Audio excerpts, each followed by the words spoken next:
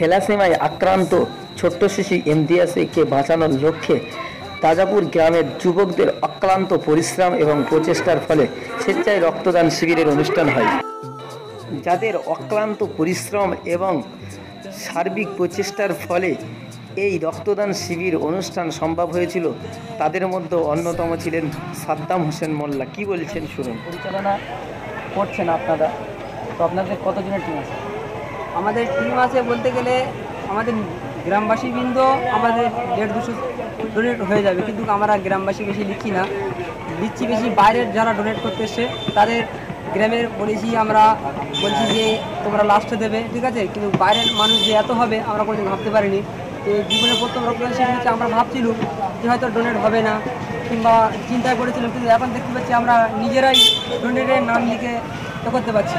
শুধু একটা ছোট বাচ্চা ইমতিয়াজ আলীর যে সার্বিক কল্যাণের যে করা হয়েছিল, সেই দেশের মানুষ বুঝতে পেরেছে যে শুধু ইমতিয়াজ আলী না, সারা দেশের মানুষ এরকমই প্রয়োজন রক্তের প্রয়োজন। সেই ক্ষেত্রে মানুষ সবাই রক্ত দিতে আমাদের এখানে সফল হতে।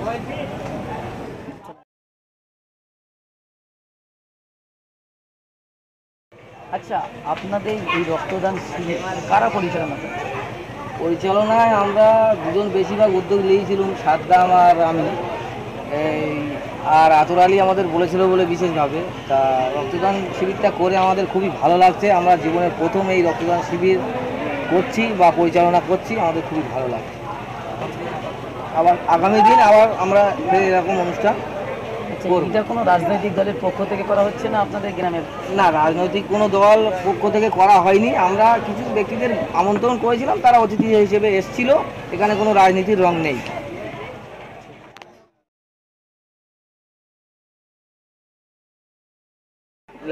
আপনাদের রক্তদান শিবির অনুষ্ঠানে কতজন ব্যক্তি রক্ত দিয়েছে?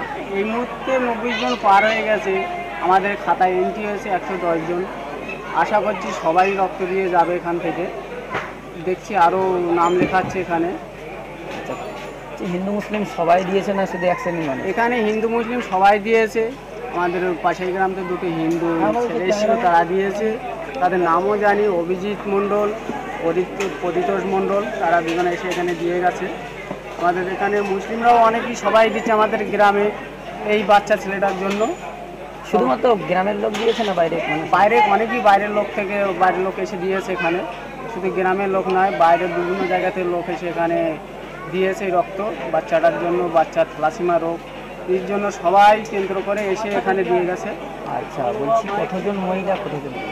এখানে মহিলা দেখলাম বেশিরভাগটা বেশি মহিলা। এই পর্যন্ত আমরা একটু হিসেব করে দেখলাম প্রায় 60 জনের কাছাকাছি, বাকি পুরুষ দিয়েছে। সেই